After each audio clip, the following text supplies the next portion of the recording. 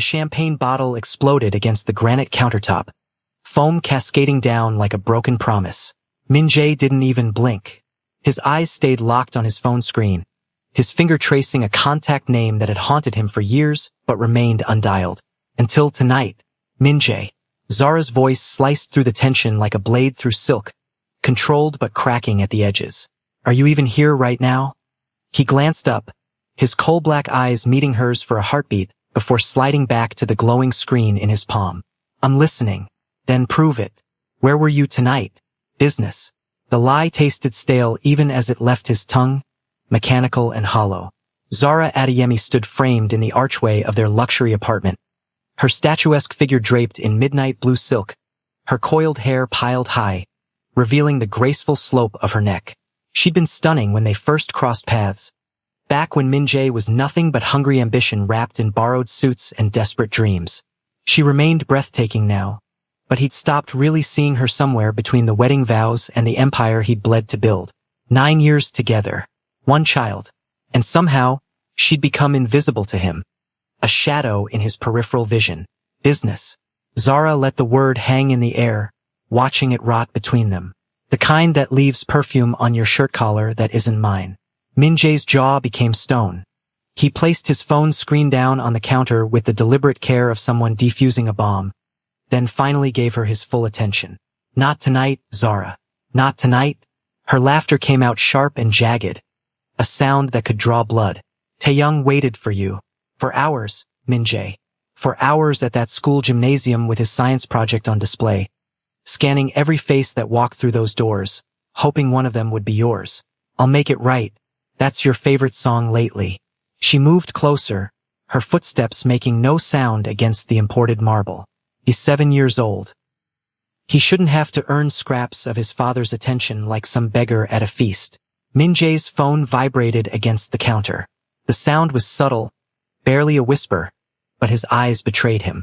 They flickered toward it with a hunger he couldn't mask, and his entire body language shifted, softening like ice touched by spring sun. Zara saw it all. That look of tenderness, of yearning. She'd seen it before, but never, not once in 9 years, had it been for her. Who is she? The question came out barely above a whisper. Nobody. He snatched his phone and moved toward his office, his fortress of solitude. I have things to handle. Min-jae. His name from her lips sounded like a prayer that had stopped working.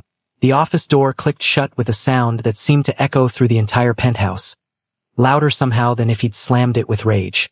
Zara stood marooned in the middle of their sprawling living room, an island surrounded by luxury that suddenly felt like quicksand.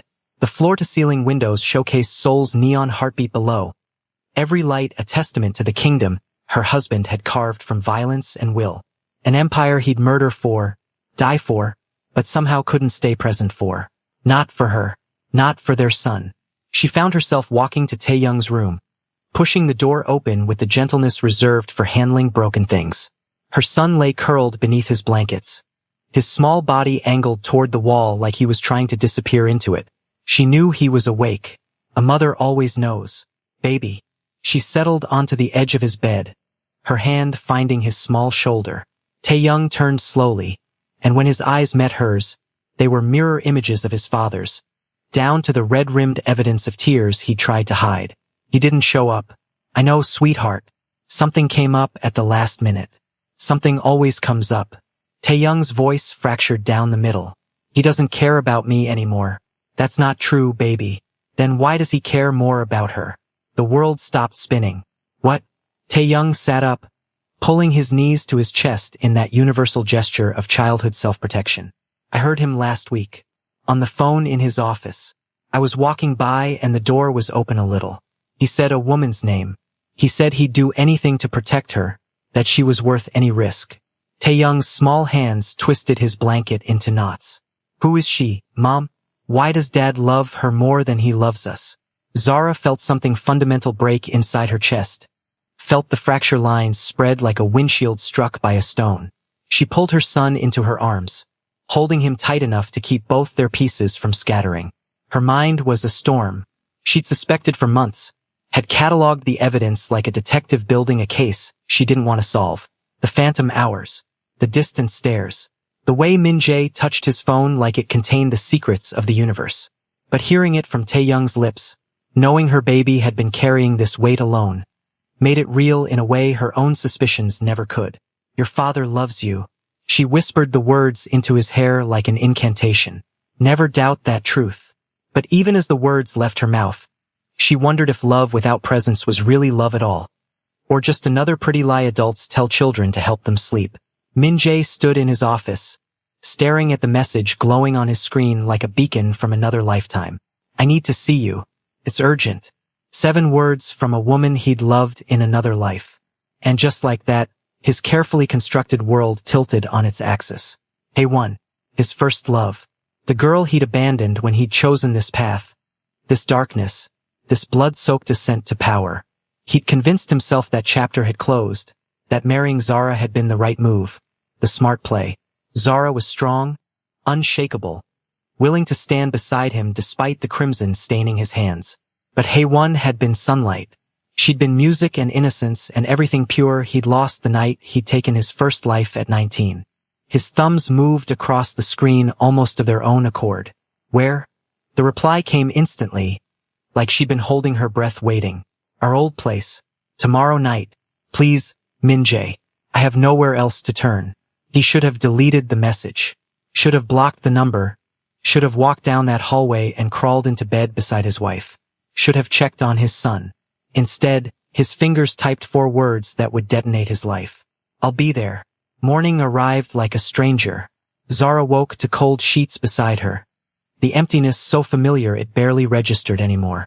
She moved through her routine on autopilot, cooking breakfast, preparing Tae-young for school, wearing a smile like armor when all she wanted to do was scream until her throat bled. Min-jae materialized briefly, a ghost passing through his own life. He grabbed coffee, barely acknowledged their existence before his phone sang its siren song and he evaporated again. Tae-young's voice was small, hopeful. Can you take me to school today? Like you used to? Not this morning, son. I have a meeting that can't wait. You always have meetings that can't wait. Min-jae paused at the door, and guilt flashed across his features so quickly Zara almost thought she'd imagined it. This weekend. I promise we'll do something special this weekend. You promised that last weekend, Min-jae. Zara's voice carried a warning he chose to ignore. He left. The door closed. The apartment exhaled. In the car, Tae-young pressed his forehead against the window, watching Seoul blur past. Zara studied him in the rearview mirror, her heart performing a slow-motion collapse. Want to get ice cream after school? Your favorite place? Only if Dad comes with us. Baby, we can still have fun, just the 2 of us. I don't want ice cream without Dad. Tae-young's voice had gone flat, lifeless. I don't want anything without Dad anymore. Zara pulled into the school parking lot, fighting back the tears that had been building behind her eyes like a dam about to burst. She twisted in her seat to face him directly. Your father is going through something complicated right now. Adult things. Is it my fault? Tae-young's question came out so small it nearly broke her. What? No. Baby, no. None of this has anything to do with you. Then why doesn't he want to be around me anymore? The question hung between them like smoke from a fire neither of them knew how to put out. Zara unbuckled her seatbelt and climbed into the back seat, pulling her son into her lap like she used to when he was smaller. Listen to me carefully. Your father's distance has nothing to do with who you are. You are the greatest thing that ever happened to him. To both of us. Don't you ever forget that. But as she watched Tae-young walk into school, his small shoulders carrying a burden no child should know, Zara understood that words had lost their power. Promises had become meaningless. Something had to change, or this slow death of her family would become permanent. That evening, Min-jae left at 7. He'd showered, changed into clothes that didn't carry the scent of cordite and expensive whiskey, and grabbed his keys without offering any explanation. Where are you going? Zara asked from the couch where she'd been pretending to read the same page for the past hour. I already told you. Business. What kind of business requires you to shower and dress like you're going on a date? His eyes went dangerous, that look he reserved for people who questioned him. The kind that pays for everything you see around you. I never asked for any of this, Min-jae. I asked for you. You have me. Do I? She stood, setting her book aside with deliberate care. Because it feels like I'm married to a ghost. Someone who wears my husband's face but checked out of this life a long time ago. Zara, I don't have time for this drama tonight. You never have time. Not for me. Not for Taeyoung. But somehow, mysteriously, you always have time for her. The temperature in the room plummeted. Min Jae's face went carefully blank. That mask he wore when interrogating enemies. When deciding who lived and who disappeared. I don't know what you think you know. Don't insult me by lying to my face. Zara's voice shook but held firm. I've stood beside you through everything. The violence. The danger. The blood you can never quite wash off your hands completely. I've never asked you to be anything other than what you are. But I won't compete with someone who doesn't even exist in your real life. There's no competition. Then who is she? Min Jae moved toward the door. I'll be back late. Don't wait up. He was gone before she could respond. And Zara stood alone in the echoing silence, feeling the foundation of everything she'd built with him crumbling beneath her feet like sand. The old tea house hadn't changed in 15 years. Same worn wooden tables. Same smell of jasmine and old paper. Same corner booth tucked away from prying eyes. Min Jae slid into the seat where Haewon waited, her delicate hands wrapped around a cup of tea she hadn't touched. She looked up, and time performed a magic trick, collapsing 15 years into nothing. She was still beautiful, still fragile in that way that had always made him want to build walls around her, to protect her from the world, from himself. Min Jae. His name broke apart in her mouth. Thank you for coming. I didn't know if you would. What's wrong? What kind of trouble? Bad trouble. The worst kind. She reached across the table, her fingers trembling against his. I borrowed money from people I shouldn't have. They're threatening me now. The interest keeps multiplying and I can't keep up and I'm scared. Min Jae. I'm so scared and I didn't know who else to call. How much do you owe? 3 million won. I've tried to pay them back, but it's like trying to empty the ocean with a spoon. Tears spilled down her cheeks, carving tracks through carefully applied makeup. I know I have no right to ask anything from you after all these years. I know you have your own life now, but please, I'm drowning. Min Jae felt that old protective instinct surge through him like electricity. This was Haewon, the girl who'd held his hand at his father's funeral, who'd believed he could rise above the streets that spawned him, before he'd proven her wrong by diving deeper into the darkness. I'll take care of it. The words came easily, too easily. Give me names. I can't let you hurt people because of my mistakes. I won't hurt anyone. I'll simply help them understand that you're under my protection now. He squeezed her hand gently. It's going to be okay. Promise. You always kept your promises to me. She smiled through her tears, and Min Jae felt something stir in his chest that had been dormant for years. Something he'd thought was dead and buried. I missed you, Haewon. I know you're married now. You have a family. I'm not trying to complicate your life or cause problems. I just needed help and you're the only person in this world I still trust. He should have withdrawn his hand. Should have drawn clear boundaries, paid her debt, and walked away clean. Instead, he heard himself say, I missed you too. They talked for 3 hours. About old times, old dreams. The future they'd imagined before reality had carved them into different people. When Min Jae finally left the tea house, he felt warm in a way his penthouse never made him feel. He came home past midnight to find Zara still awake, sitting in the dark living room like a statue in a museum after closing time. Did you sleep with her?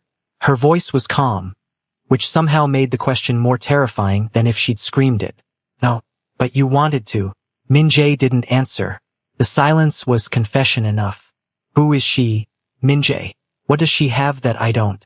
It's not that simple. Then make it simple for me. Because from where I'm sitting, you're choosing someone else over your wife and son, and I'd really love to understand the logic. He moved to pour himself whiskey, keeping his back to her. Her name is Haewon. We were together before I entered this life. Before everything became complicated. And now she's back. She needed help. And you went running. Zara stood, moving closer. Did you ever actually love me, Min Jae? Or was I just the convenient choice when you couldn't have her? That's not fair. Nothing about this is fair. Her voice finally rose, years of swallowed frustration erupting. I loved you when you had nothing but ambition and debt. I stood by you when everyone said I was insane. I left my family, my country, my entire life to be here with you. And you can't even look at me without seeing her ghost. You don't understand. Then help me understand. Tell me what she has that makes you forget you have a son who cries himself to sleep waiting for you to remember he exists. Min-jae slammed his glass down hard enough that it's a miracle it didn't shatter. She never asked me to be someone I'm not. She didn't demand my time or attention or soul. With her, I could just exist. He stopped, but the damage was already spreading like poison. Zara's face went very still. So that's what I am to you. A demand. An obligation. Zara, get out. This is my house. Then I'll leave. She walked toward the bedroom, her spine straight despite the tremor running through her entire body. But when I go, Min-jae, I'm taking our son. And we won't be coming back. You're overreacting. She turned in the doorway, and the look in her eyes made him take an involuntary step backward. I'm protecting my son from watching his father choose everyone except him. If you can't be the man we need, then we'll learn to live without you. The bedroom door closed with a finality that sounded like a coffin lid. Min-jae told himself she didn't mean it. That morning would come and they'd talk and things would smooth over like they always did. That this was just another storm to weather. He was catastrophically wrong. Over the next month, Min-jae saw Haewon 8 more times. He told himself elaborate lies, constructed beautiful justifications. It was about her safety, about ensuring the debt situation was properly handled, about protecting an old friend who'd once meant everything. But lies, no matter how beautifully dressed, are still just lies. The truth was simpler and more damning. Being with Haewon made him feel young again, unburdened by the weight of his empire and the expectations that came with it. She didn't look at him with disappointment carved into her features. She didn't make him feel like he was failing. She looked at him like he was still that boy she'd loved before blood had permanently stained his hands. Meanwhile, his marriage died in slow motion, like watching a flower wilt frame by frame. Zara stopped asking where he was going, stopped waiting up with the living room lights on, stopped reaching for him in bed in those quiet hours before dawn. The silence between them grew thick and suffocating. A wall built one brick of resentment at a time. Taeyoung stopped asking when Dad would be home, stopped saving drawings to show him, stopped performing for an audience that never showed up. Min-jae noticed vaguely that something was shifting in his household, that the air felt different, thinner somehow. But he was too intoxicated by his escape, too drunk on nostalgia, to pay attention to the cliff edge he was sprinting toward. The breaking point arrived on a Thursday that started like any other day destined to change everything. Taeyoung had a violin recital, his first real performance in front of an actual audience. Zara had reminded Min-jae 4 times, had marked it on every calendar, had sent him text reminders he'd acknowledged with thumbs-up emojis that turned out to be empty promises. But when Thursday arrived, Haewon called in tears. Someone had followed her home. She was terrified, alone, convinced the loan sharks had found her despite Min-jae's interventions. She needed him. Min-jae made his choice, the same choice he'd been making for a month. He chose the ghost over the living. He arrived at the recital hall 50 minutes late. The performance had ended. Parents milled around the lobby like flowers after a wedding, congratulating their children, taking photos, making memories. He spotted Zara and Taeyoung by the exit. His son still wore his little suit, the one they'd bought special for tonight. His face was blank, wiped clean of expression like a whiteboard erased. I'm sorry. Min-jae was slightly out of breath from running through the parking lot. Traffic was impossible and, don't. Zara's voice could have frozen fire. Don't you dare lie to him again. Not tonight. Mom, it's fine. Taeyoung said quietly, his voice carrying the resignation of someone 3 times his age. Can we just go home? Taeyoung, I wanted to be here. I tried to, but you weren't here. His son looked up at him, and Min-jae saw something terrible in those young eyes. Acceptance. The look of someone who'd stopped hoping, who'd learned not to expect anything so disappointment couldn't hurt anymore. It's okay, Dad. I'm used to it now. The words hit harder than any bullet Min-jae had ever taken. Hurt worse than any knife that had ever found his flesh. Son, Mr. Park. A teacher approached, smiling warmly at Zara. Taeyoung was absolutely magnificent tonight. You must be bursting with pride. I am. Zara pulled Taeyoung close, her arm around his shoulders. So incredibly proud. The teacher glanced at Min-jae, recognition flickering across her face, followed by something that looked uncomfortably like pity. Well, it's wonderful that you have such a devoted mother, Tae-young. That's what truly matters in the end. They left. Zara said nothing in the car, didn't respond to Min-jae's attempts at conversation, didn't acknowledge his existence beyond the bare minimum required by the laws of physics. At home, she put Tae-young to bed with whispered words Min-jae couldn't hear, then disappeared into their bedroom. When he entered an hour later, she was packing, methodically folding clothes, placing them in suitcases with the precision of someone who'd been planning this moment. What are you doing? What does it look like? She folded a sweater with mechanical precision. I'm leaving. You're not leaving. Watch me. The words were simple, final. He grabbed her wrist, spinning her to face him. Zara, stop. Let's talk about this like adults. Talk? She yanked her hand free, and for the first time in 9 years, he saw something in her eyes that looked like genuine hatred. You want to talk now? After you chose her over your son's first recital? After you looked Tae-young in the eye and broke his heart again? It was an emergency. She was in danger. It's always an emergency with her. Isn't it? Zara's voice shook. She calls, you run. She needs you, you drop everything. Meanwhile, your actual family is here disintegrating and you don't even notice because you're too busy playing hero for a woman who isn't even your responsibility. That's not fair. You keep saying that like it's some magic spell that makes you right. She turned back to her packing, tears now streaming freely. But you never explain why. Why is it unfair for me to expect my husband to honor his commitments? Why is it unfair for your son to want his father present at the important moments? Zara, please, I can't do this anymore, Min-jae. The suitcase zipper sounded like a scream. I can't compete with a memory. I can't watch Tae-young break a little more every single time you choose her. I won't do it anymore. I'm not choosing anyone over you. That's exactly the problem. She faced him fully, her face wet with tears but her voice steady. You're not choosing us. You're not choosing your family. You're just drifting toward whatever feels easier, and I'm done being the harder choice. I'm making the decision for you. I'm choosing Tae-young's well-being over this marriage. Amina, please. Desperation crept into his voice for the first time. Just give me time to fix this. I can fix this. Time? Her laugh was bitter. I gave you 9 years, Min-jae. 9 years of waiting, hoping, believing you'd wake up and see what you had. I'm done waiting for you to notice we exist. Where will you go? Somewhere you can't find us. She pulled the suitcase off the bed. My lawyer will be in touch about divorce proceedings. I'm not asking for anything except what's fair for Tae-young.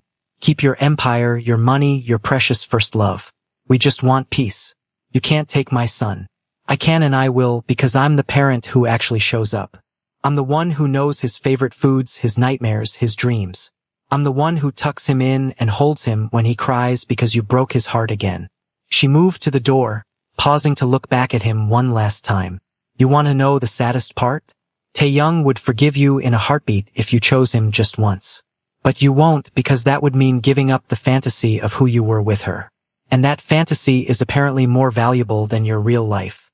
Zara, one day you'll look for us and we won't be there. And when that day comes, Min-jae, I hope you remember this moment.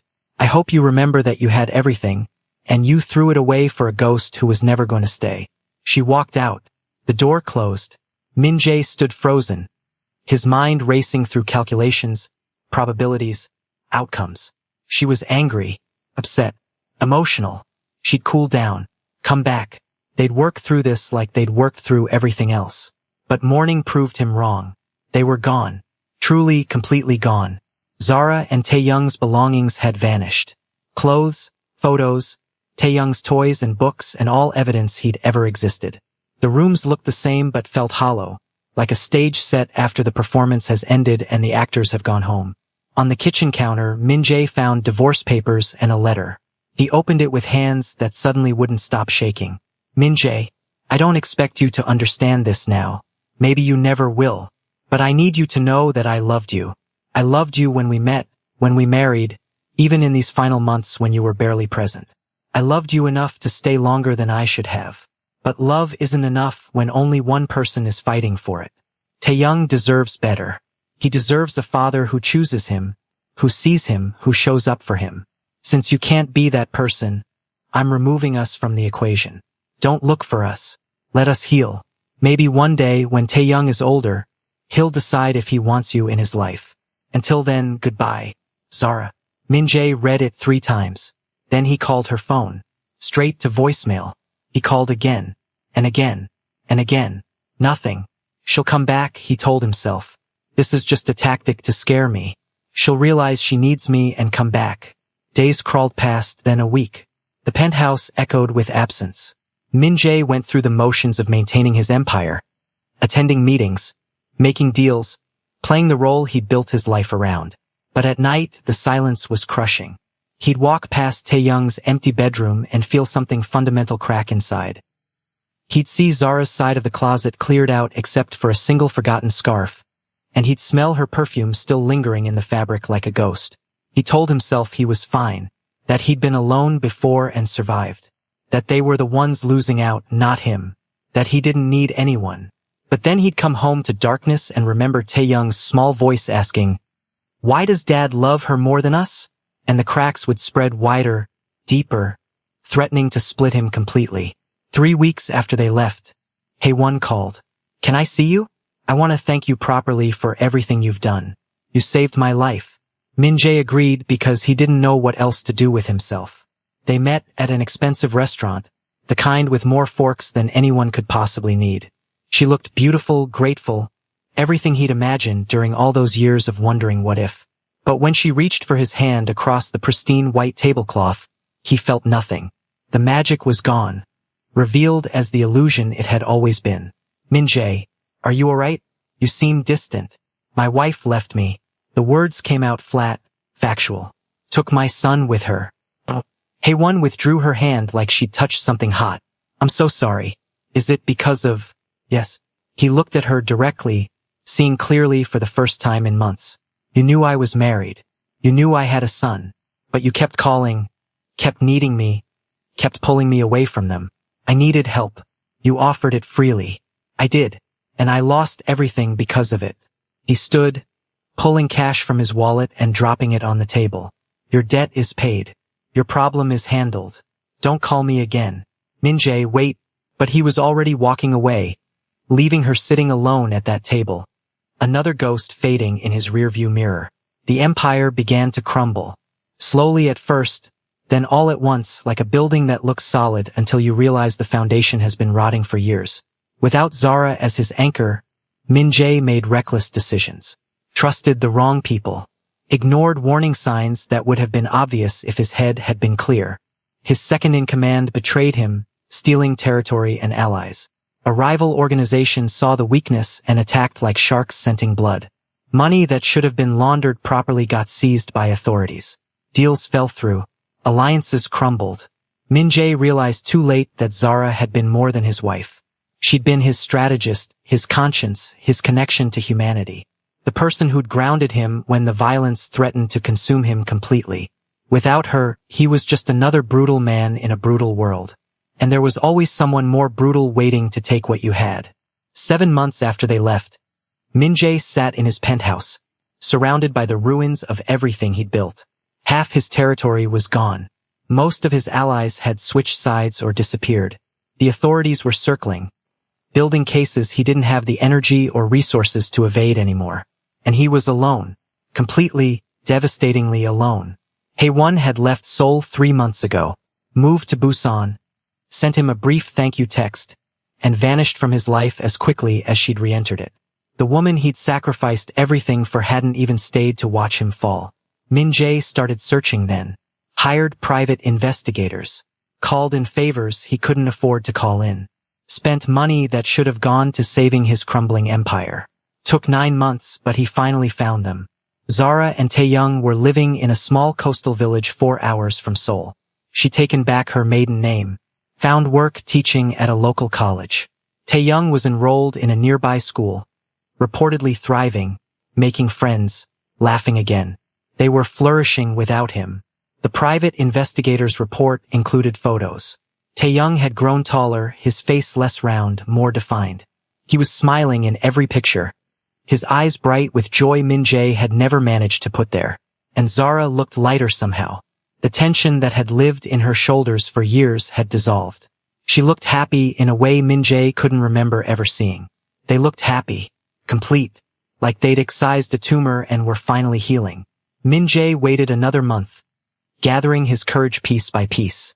Then, on a Saturday morning, he drove to their village, found their apartment building, and sat in his car across the street for 2 hours before they emerged. His son had grown so much.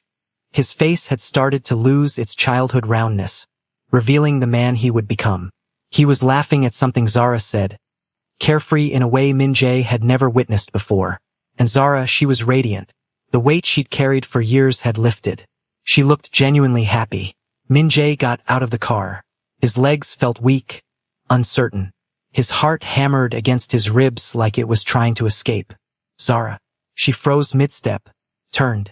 The happiness drained from her face like someone had pulled a plug, replaced by something harder, colder. What are you doing here? I needed to see you. Both of you. Tae-young pressed against his mother's side, eyeing Min-jae warily, like a stranger, like a threat. How did you find us? Does it matter? Yes. Her voice was steel wrapped in ice. It matters because I asked you to let us go. I asked for one thing, Min-jae. One thing. And you couldn't even respect that. I know, and I'm sorry. He took a step forward, stopping immediately when Zara instinctively pulled Tae-young closer. I'm sorry for everything, for choosing wrong, for being absent, for taking you both for granted. I was an idiot and I lost everything that mattered. You can't just appear here and expect forgiveness. I'm not asking for anything except a chance to talk. 5 minutes, please. Zara looked down at Tae-young, who shook his head firmly. I don't want to talk to him, Mom. The words gutted Min-jae, opened him up completely. Son, I'm not your son. Tae-young's voice shook but held steady. You told me once that sons matter to their fathers. But I didn't matter to you. I was never enough. That's not true. Tae-young, you mattered more than anything. Then why did you leave us? Tae-young's voice rose, tears spilling over. Why did you choose her? Why weren't we enough for you? Min-jae fell to his knees on the pavement, not caring who saw, not caring about pride or reputation or anything except this moment. You were enough. You are enough. Min-jae's voice cracked like breaking glass. I was the one who wasn't enough. I was broken and stupid, and I thought. His words dissolved into something between a laugh and a sob. I thought the past could save me from the present. But the only things that mattered were right in front of me, and I was too blind to see them. Min-jae. Zara's voice softened slightly, just a fraction. You can't do this. You can't appear after a year and expect us to fall back into your orbit. I know. I needed you to know that I'm sorry. That I see it now. Everything I lost. Everything I destroyed with my own hands. He looked at Tae-young, his own tears flowing freely now, unchecked. I'm sorry I wasn't the father you deserved. I'm sorry I made you feel like you didn't matter. You matter more than anything in this world. And I was too caught up in my own stupidity to show you. Tae-young wiped his eyes with the back of his hand. Do you still love her? No, I haven't spoken to her in months. But you loved her more than us. I thought I did. Min-jae's voice was barely above a whisper. But love isn't about old memories or fantasies. It's about showing up. It's about being present. It's about choosing the people who choose you every single day. He looked at Zara. Your mother chose me every day for 9 years, and I took that for granted like an entitled fool. I won't make that mistake again. It's too late, Min-jae. Zara said quietly, her own eyes glistening. We've built a new life here. A good life. Peaceful life. And I can't risk Tae-young's happiness on the chance that you've changed. I have changed. The empire is gone. Everything is gone. I'm not asking you to believe me on faith. Just give me a chance to prove it. However you want. Supervised visits. Letters. Phone calls. Whatever boundaries you're comfortable with. I'll go to therapy. I'll do whatever work is required. Just please don't cut me off completely. Zara was quiet for a long time, her hand absently stroking Tae-young's hair. Finally, she said, I need to think about it. That's fair. And even if I agree, it's on my terms. Completely on my terms. You don't get to show up whenever you feel like it. You don't get to disrupt our lives because you're suddenly ready to be present. You show up when I say, where I say, how I say. Understood? I understand. She took Taeyoung's hand. We'll talk. But not today. Today, you go home and think about whether you're really ready to do the hard work. Because if you commit to this and then disappear again, you'll destroy what microscopic chance you have left. I won't disappear. Not again. I swear it. Zara nodded and began to lead Taeyoung away. But after a few steps, his son turned back. Dad? Yes? I'm glad you're sorry. Taeyoung's voice was small but firm. But sorry doesn't fix everything. Sorry doesn't erase what happened. I know, son. But it's a start. It has to be a start. They left. Zara's arm around Taeyoung's shoulders. The two of them whole without him. Complete as a unit. Min-jae sat on the curb and cried. Cried like he hadn't cried since he was a boy. Since before violence and power had taught him that tears were weakness. Cried for the years he'd wasted. For the love he'd thrown away like garbage. For the son he'd neglected while chasing ghosts. When the tears finally stopped, when his eyes were raw and his throat ached, he pulled out his phone and called his lawyer. I need to sell everything. His voice was hoarse but steady. Sir? The penthouse. The remaining businesses. All of it. Liquidate everything and set up trust funds for Zara and Taeyoung. Make sure they're taken care of no matter what happens to me. Make sure they never have to worry about money or safety. Mr. Park, are you certain about this? That's your entire life's work. I've never been more certain about anything. What's the point of an empire with no one to share it with? He hung up and looked at the apartment building where his family lived. His family that he'd abandoned. That had learned to survive and even thrive without him. They might never forgive him. Might never let him back into their lives in any meaningful way. But he'd spend the rest of his life trying to earn back what he'd lost. Not because he deserved it, but because they deserved to know someone could change. That mistakes didn't have to be permanent. That love, real love, was about showing up even when it was hard. He'd ruled Seoul's underworld with an iron fist. Had built an empire on blood and fear and calculated violence. Had controlled territory, money, lives. Had commanded respect through terror. But he'd never controlled what mattered most. His own heart. His own choices. His own capacity for presence. And in the end, the crown meant nothing when there was no one left to wear it for. The weeks that followed were the hardest of Min-jae's life. And that was saying something for a man who'd survived knife fights, bullet wounds, and the treacherous politics of organized crime. Zara made him wait 3 weeks before agreeing to let him see Taeyoung. The conditions were strict. 1 hour every Sunday afternoon. At a public park. With Zara present the entire time. Min-jae wasn't allowed to discuss the past or make promises about the future. He was simply allowed to be present. That first Sunday, Taeyoung barely spoke to him. They sat on a park bench while other families played around them, and the silence was excruciating. Min-jae wanted to fill it with apologies, with explanations, with all the words he'd never said when he'd had the chance. But Zara had been clear. Just be here. Don't perform. Don't promise. Just exist in this moment with him. So Min-jae sat, and breathed, and watched his son watch the ducks in the pond. And when Taeyoung finally asked, "Did you really love her more than us?" Min-jae answered honestly, "I thought I did, but I was confusing nostalgia with love. I was confusing escape with happiness.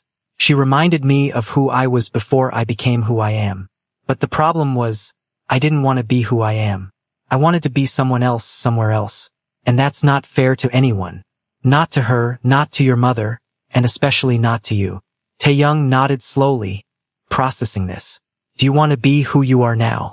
"No," Min-jae said simply, "but I'm learning that I can't run from myself. I have to change from the inside. And that's hard work that I've been avoiding my whole life. Are you doing the work now?" "I'm trying. I sold almost everything. I'm in therapy twice a week. I'm learning about why I run when things get real. It's not an excuse for what I did, but it's a beginning." The second Sunday, Taeyoung brought a book. He read it while sitting next to Min-jae, not looking at him, but choosing to be in his proximity. Felt like a gift. The third Sunday, Taeyoung asked about Min-jae's childhood. What was it like growing up? And Min-jae told him the truth. About poverty. About violence. About watching his own father disappear into addiction and despair. About making choices that seemed necessary at the time but led him down a path he could never quite escape. "I'm not trying to make excuses," Min-jae said carefully. But I want you to understand that hurt people often hurt people. And the cycle continues until someone decides to break it. I'm trying to be the one who breaks it. For you. So you don't inherit this pain. By the sixth Sunday, Taeyoung was talking more. Telling Min-jae about school. About his friends. About the ocean near their new home. Small pieces of his life that he was choosing to share. Min-jae listened. Really listened. Didn't check his phone. Didn't get distracted. Didn't let his mind wander to business or problems or anything except this moment. This person. This gift of time he didn't deserve but was being given anyway. Zara watched from a distance. And Min-jae could feel her evaluating him. Testing him. Waiting for him to fail. He didn't blame her. He'd earned that suspicion with years of broken promises. 3 months in, on a particularly cold Sunday, Taeyoung said, I wrote you a letter. After you first came to find us. But I never sent it. What did it say? He pulled a folded piece of paper from his jacket pocket. Worn soft from being carried. He handed it to Min-jae. You can read it if you want. Min-jae unfolded it with trembling hands. Dear Dad, I used to love you more than anyone in the world. I used to think you were the strongest, smartest, best person who ever existed. I used to wait by the window every night for you to come home, even when Mom said you'd be late. Then I started noticing you weren't really there even when you were home. You looked at your phone more than you looked at me. You left in the middle of my birthday party. You missed my school play. You promised to teach me to ride a bike, but you never did. I started thinking maybe I did something wrong. Maybe if I was smarter or funnier or better at sports, you'd want to be around. I tried so hard to be perfect. But it didn't matter. Then I heard you on the phone talking about her. And I realized it wasn't about me at all. You just loved someone else more. I don't know if I can forgive you. I don't know if I want to.